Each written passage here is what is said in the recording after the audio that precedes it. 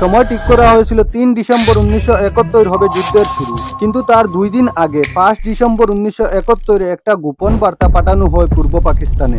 সব বাণিজ্যিক জাহাজ আর উড়োজাহাজকে বঙ্গোপসাগর থেকে দূরে থাকতে আদেশ দেওয়া হয়েছিল। দুর্ভাগ্যবশত পাকিস্তানের জন্য এই বার্তাটা ভারতীয় গোয়েন্দারা ধরে ফেলে। এখন ভারত নিশ্চিতভাবে জেনে গেল যে একটা আক্রমণ আসছে, আর সবাই বুঝে গেল যে আইএনএস বিক্রান্ত যুদ্ধের সময় একটা গুরুত্বপূর্ণ ভূমিকা নেবে, কারণ যে কোনো সময় শত্রুতা শুরু হতে পারে। ভারতকে তার গোপন ঘাঁটি থেকে আইএনএস বিক্রান্তকে আবার বঙ্গোপসাগরে আনতে হতো, কিন্তু সমস্যা ছিল ভারতীয় নৌবাহিনী তখনও জানতো না পিএনএস গাজীর অবস্থা বা অবস্থান কি। কেউ জানতো না সেটি কোথাও আটকে গেছে নাকি জলের নিচে লুকিয়ে আছে।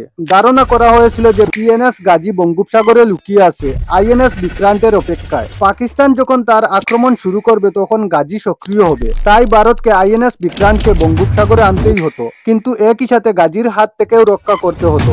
এই কাজটা সামলানোর জন্য পুরানো এক ডেস্ট্রয়ার জাহাজ আইএনএস রাজপুতকে ব্যবহার করা হয়, যা বিশাখাপট্টনমে অবস্থান করছিল। এটা শিগগিরই অপশন নিতে যাচ্ছিল, মানে সক্রিয় সেবা থেকে অব্যাহতি পেতে যাচ্ছিল। এটা ছিল পুরানো আইএনএস রাজপুত, যা 1949 সালে ব্রিটেন থেকে কেনা হয়েছিল, আজকের নতুন রাজপুত নয়। ভাইস অ্যাডমিরাল এন কৃষাণ একটা পরিকল্পনা করেন সরাসরি আইএনএস বিক্রান্তকে বঙ্গোপসাগরে না এনে আগে আইএনএস রাজপুতকে পাঠানো হবে এক প্রলোভন হিসাবে।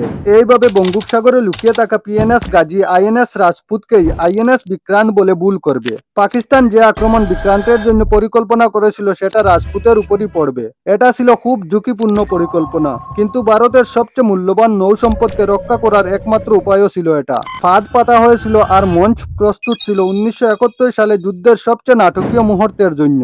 এই পরিকল্পনাটা খুব ভালো ছিল, কিন্তু এটা ছিল পুরো আইএনএস রাজপুত টিমের জন্য এক মারাত্মক মিশন। এতে আইএনএস রাজপুত তার সিগন্যাল চালু করবে এবং বঙ্গোপসাগরে প্রবেশ করবে যাতে পিএনএস গাজী তার অবস্থান ট্র্যাক করতে পারে। এই মিশনে আইএনএস রাজপুতের ফিরে আসার সম্ভাবনা ছিল খুবই কম, তাই পুরো পরিকল্পনা তৈরি করার পর আইএনএস রাজপুতের ক্যাপ্টেন ইন্দর সিংকে ডেকে জানানো হয় কিভাবে আইএনএস গাজী পাকিস্তান থেকে এসেছে বঙ্গোপসাগরে আইএনএস বিক্রান্তকে ধ্বংস করতে। এটা তখন মুক্ত ছিল এবং একদম নির্দিষ্টভাবে খুঁজে পাওয়া যাচ্ছিল না, কিন্তু যদি এটা আইএনএস বিক্রান্তকে আঘাত করে তাহলে ভারত পাকিস্তান যুদ্ধে তার প্রভাব হবে বিশাল। আর যদি আইএনএস বিক্রান্তের কিছু হয় তাহলে পুরো ভারতের নৌবাহিনীর মনোবল ভেঙে যাবে। তাই আইএনএস রাজপুতের ক্যাপ্টেন ইন্দর সিং এক মুহূর্তেই ভাবলেন না, বললেন আমি ফিরি বা না ফিরি আইএনএস রাজপুত অবশ্যই ফিরবে। আর পুরো আইএনএস রাজপুত টিম বিনা দ্বিধায় এই মারাত্মক মিশনের প্রস্তুতি নিতে শুরু করলো। পরের দিন 2 ডিসেম্বর 1971 সালে আইএনএস রাজপুত তৎক্ষণাৎ বিশাখাপট্টনম বন্দর থেকে মাদ্রাজ রুটে যাত্রা শুরু করলো আইএনএস বিক্রান্তের প্রলোভন হিসাবে, যেখানে তারা বিশ্বাস করত পিএনএস গাজী থাকতে পারে। পুরো রুট জুড়ে আইএনএস রাজপুতের সিগন্যাল ভলিউম উচ্চ রাখা হয়েছিল যাতে পিএনএস গাজী সহজেই ওটা ধরতে পারে।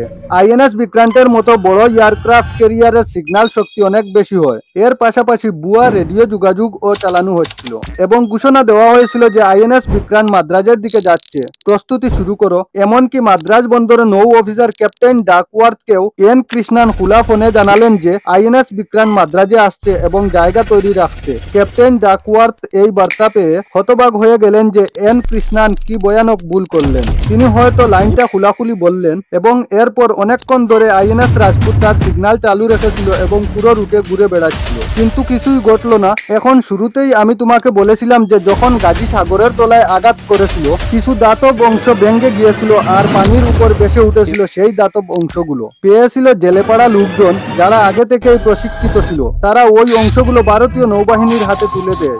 আর যখন এন কৃষ্ণান এই দাতব অংশগুলো পরীক্ষা করলেন দেখা গেল এগুলো পিএনএস গাজীরই অংশ। এখান থেকে এন কৃষ্ণান অনুমান করলেন যে পিএনএস গাজী ডুবে গেছে এবং এখন আইএনএস বিক্রান্ত নিরাপদ। এখন এটাকে বঙ্গোপসাগরে আনা যেতে পারে। আর আইএনএস রাজপুত যে অতক্ষণ ধরে তার সিগন্যাল চালু রেখে ঘুরে বেড়াচ্ছিল তাকে ফিরে আসতে বলা হলো। 3 ডিসেম্বর 1971 এসে গেল।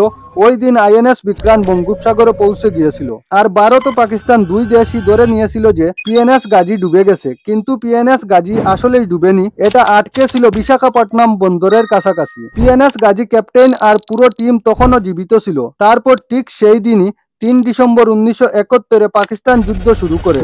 ভারতে 8টার বেশি এয়ারফিল্ড অমৃতসর, অম্বলা, আগ্রা, আবন্তিপুর, পাঠানকোট, শ্রীনগর একের পর এক আক্রমণ করা হয়। Hostilities, Indian forces have launched coordinated strikes across East Pakistan today as refugees continue to pour into India that could reshape South Asia. আর ভারতীয় নৌবাহিনী তার পূর্ব নৌবহর সহ যার মধ্যে আইএনএস বিক্রান্ত ছিল পূর্ব পাকিস্তানের দিকে পাঠিয়ে পুরো নৌ অবরোধ গড়ে তুলে। এখন একদিকে যুদ্ধ চলেছিল, অন্যদিকে পিএনএস গাজী জলের নিচে আটকে ছিল, আর তৃতীয় দিকে আইএনএস রাজপুত একই রুট ধরে ফিরে আসছিল বিশাখাপট্টনম বন্দরে, যেখানে পিএনএস গাজী আটকে ছিল, যাতে এটা পূর্ব নৌবহরের সাথে যোগ দিতে পারে। রাতে 11:40 যখন আইএনএস রাজপুত ফিরে আসছিল আর বিশাখাপট্টনম বন্দরের কাছাকাছি পৌঁছালো যেখানে গাজী আটকে ছিল, তখন আইএনএস রাজপুতের সোনার রুম টিম ডান দিক থেকে এক ধরনের সোনার কম্পন শনাক্ত করে, মানে শব্দ তরঙ্গ আর চাপের অস্বাভাবিকতা ধরা পড়ে। এই কম্পন আসলে গাজীরই ছিল, যা বারবার উপরে উঠার চেষ্টা করেছিল। এখন যেহেতু ভারত আর পাকিস্তানের মধ্যে যুদ্ধ চলেছিল, আইএনএস রাজপুত টিম কোনো ঝুঁকি নেয়নি। তারা সেই জায়গায় চলে যায় যেখান থেকে কম্পন শনাক্ত হয়েছিল, আর ক্যাপ্টেন ইন্দর সিং দুটি ডেপ চার্জ ফায়ার করার নির্দেশ দেন। এগুলো খুব ভারী, আর যখন ওই দুটি ডেপ চার্জ ছুড়া হয় বিশাল এক বিস্ফোরণ ঘটে, আর আশেপাশের লোকেরা এমনকি তাদের গড়েও একটুখানি ভূমিকম্পের মতো অনুভব করে। পুরো সমুদ্র এলাকায় ভারী কম্পন শুরু হয়, যার ফলে গাজীর ভেতরে টর্পেডো টিউবগুলো যেগুলো আগেই তাদের জায়গা থেকে সরে গিয়েছিল নিজেরাই সুরা হয়ে যায়। ওটারও একটা বড় শব্দ হয়। কোথায় আঘাত করেছিল সেটা জানা যায়নি, কিন্তু প্রচন্ড শব্দে ওটা সুরা হয়। আর কিছু সময় পর আইএনএস রাজপুতের টিম দেখে যে যেখান থেকে কম্পন আসছিল সেই জায়গাটা একদম নিঃশব্দ হয়ে গেছে। আইএনএস রাজপুতের ক্যাপ্টেন সব বিস্তারিত তথ্য এন কৃষ্ণনকে পাঠান এবং সামনে এগিয়ে যান। পরের সকালে স্থানীয় জেলেরা একই জায়গায় দাতব অংশ আর লাইফ জ্যাকেট খুঁজে পায়। ওই লাইফ জ্যাকেট গুলোর উপর লেখা ছিল ইউএসএস ডাইবলো, যেটা ছিল গাজীর নাম যখন এটা আমেরিকার মালিকানায় ছিল। যখন তারা এটা জানতে পারে, পরের দিন 4 ডিসেম্বর 1971 সকালে রাত 12:15 সেই একই জায়গায় যেখানে আইএনএস রাজপুত দুটি ডেপ চার্জ ছুড়েছিল, আইএনএস অক্ষয় আর কমান্ডো ক্লিয়ারেন্স ডাইভিং টিম পাঠানো হয়। তাদের কাছে পিএনএস গাজীর সব দিক থেকে তোলা ছবি ছিল। তারা সেগুলো সঙ্গে নেয় এবং ঠিক সেই জায়গায় ডুব দেয়, নিচের সাবমেরিনটার সঙ্গে প্রতিটা কোণ মিলিয়ে দেখে। আর তারপর 5 ডিসেম্বর 1971 সকাল 9:14 তারা নিশ্চিত করে যে 17 ডিগ্রি 40.8 উত্তর অক্ষাংশে আর 83 ডিগ্রি 21 পূর্ব দ্রাঘিমাংশে যে ডুবে যাওয়া সাবমেরিনটা পাওয়া গেছে সেটাই পিএনএস গাজী।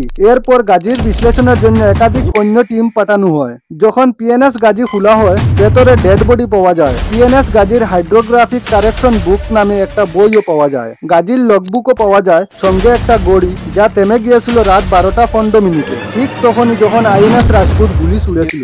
এর পাশাপাশি পিএনএস গাজী আর পাকিস্তান নৌসদর দপ্তরের মধ্যে বিনিময় হওয়া যোগাযোগ আর গোপন কোডও পাওয়া যায়। পরিচয়পত্র উদ্ধার করা হয়, কিছু লগবুক পাওয়া যায়, যন্ত্রপাতির তথ্য। তো এইসব তথ্য সংগ্রহ করা হয় এবং পাঠানো হয় ভারতীয় নৌবাহিনীর সদর দপ্তরে। গভীর বিশ্লেষণ করা হয় আর সবকিছু মিলে। আর তারপরেই আমি এখন তোমাকে যে পুরো গল্পটা বলছি সেটা প্রকাশ্যে আসে। এটা গাজীর আসল ছবি। আর যখন সবকিছু মিলানো হলো এবং সব তথ্য নিশ্চিত করা হলো, তখন আমাদের প্রতিরক্ষা মন্ত্রী সংসদে জানান গাজীর সাথে ঠিক কি ঘটেছিল। পিএনএস গাজীর ধ্বংসের পর 1971 সালের যুদ্ধে আইএনএস বিক্রান্ত বিশাল ভূমিকা পালন করে। এর ফলে 93,000 পাকিস্তানি সৈন্য আত্মসমর্পণ করতে বাধ্য হয়। দ্বিতীয় বিশ্বযুদ্ধের পর সবচেয়ে বড় আত্মসমর্পণ। আর পাকিস্তান দুই ভাগে বিভক্ত হয়, পূর্ব পাকিস্তান হয়ে যায় বাংলাদেশ। তো বন্ধুরা, আজকের ভিডিওতে এতটুকুই। ভিডিওটি ভালো লাগলে লাইক এবং সাবস্ক্রাইব করতে ভুলবেন না। আর এইরকম ভিডিও আরো পেতে হলে আমার চ্যানেলকে ফলো এবং সাবস্ক্রাইব করে রাখবেন। ধন্যবাদ।